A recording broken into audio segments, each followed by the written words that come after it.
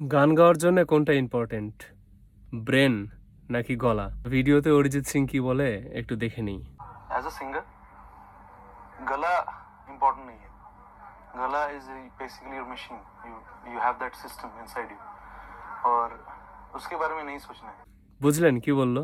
আপনার ব্রেন আপনাকে কিভাবে নির্দেশনা দিচ্ছে এটা ইম্পর্টেন্ট। নজরুল গীতি আমি দিব, এখানে এই কাজটা দিব, ডেলিভারি দিচ্ছে হচ্ছে গলা। এর জন্য কি বললো যে গলার ওয়ার্ম আপ করতে বললো আর হচ্ছে প্র্যাকটিস করতে বললো। मेरे गुरुजी हमेशा बोलते थे कि आपको मैराथन करना है and you have to practice. तो प्रैक्टिस से ইউ হ্যাভ টু প্র্যাকটিস। এই যে প্র্যাকটিস করার পরে যখন আপনার গলার ফ্লেক্সিবিলিটি সেটা তখন চলে আসবে অটোমেটিক্যালি, देन यू গাইতে टारगेट পারবেন। इन योर ब्रेन बिना कुछ सोचे ब्लाइंडली फॉलो करना অন্ধের है. মতো ফলো করতে হবে। You need to have a teacher.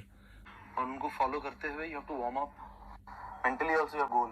Right, कहाँ पे मुझे कैसे सांस लेना है, कहाँ Exactly. पे मुझे हर्डल्स क्रॉस এটা ফলো করেন। হ্যাঁ, इसको एग्जैक्टली মানে আপনি নিজে যখন কোনো একটা গান গাবেন, কোথায় দম নিবেন সেটা কিন্তু আপনি বুঝে উঠতে পারবেন না। তো এই জিনিসগুলা কিন্তু শিখতে হবে। It's basically that you have to prepare your throat your गला लाइक दैट कि आप जब भी गाने का कोशिश करते हो you don't have to think about your, you don't have to think about anything else. आप दूसरी चीजों पे ध्यान दे सकते हो.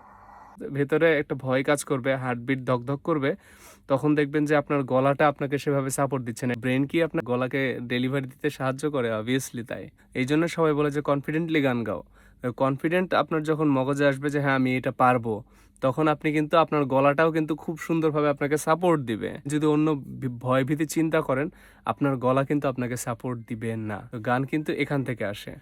लोग ना बहुत परहेज करते हैं कि ये नहीं खाना चाहिए ঠান্ডা, और ये नहीं करना चाहिए, ये ठंड नहीं लगाना चाहिए. এক্স্যাক্টলি এটা আমি অনেকবার শুনেছি যে সবাইকে বলতে যে ঠান্ডা খেও না, গরম খাও। একটা সাইড ইফেক্ট তো আছে অবভিয়াসলি, কিন্তু গলা কিন্তু রিফাইন হতে থাকে, প্রতিদিন রিফাইন হইতে থাকে। আপনার আজকে গলা বসেছে এই মানে এই না যে এটা থেকে যাবে, এটা কিন্তু রিফাইন হয়ে যায় আবার। अल्टीमेटली तो आपका गला है अपने आप ठीक होगा.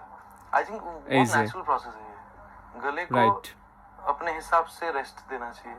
ইয়েস, गले को उतना ज्यादा पुश नहीं करना है कि गला बैठ जा सकता ক্ষতি है. হয়। হ্যাঁ হ্যাঁ, পর্যাপ্ত পরিমাণ রেস্ট দিতে হবে, তাহলে গলা আপনার সুন্দরভাবে সাপোর্ট দিবে।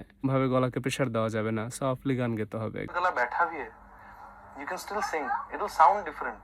आपका Right, जो right. texture है गले का, আমার এক ফ্রেন্ড সবসময় এটা বলতো যে তার নাকি গলা বসে গেলে তার গাইতে খুব ভালো লাগে। এইরকম আছে কিন্তু, গলা বসে গেলে যে একটা টেক্সচার তৈরি হয়, একটা সাউন্ড তৈরি হয়, এটা কিন্তু Actually वैसा नहीं रहे जो नॉर्मली रहता है, but you can still sing it, it will give a different flavor actually. Exact. गाना दिमाग से है, आपको कैलकुलेशन जो है आपका टेक्निकल कैलकुलेशन, जो आप सुर का जो कैलकुलेशन है वो आप दिमाग से करते हो. খুবই সুন্দর একটা কথা বলেছে।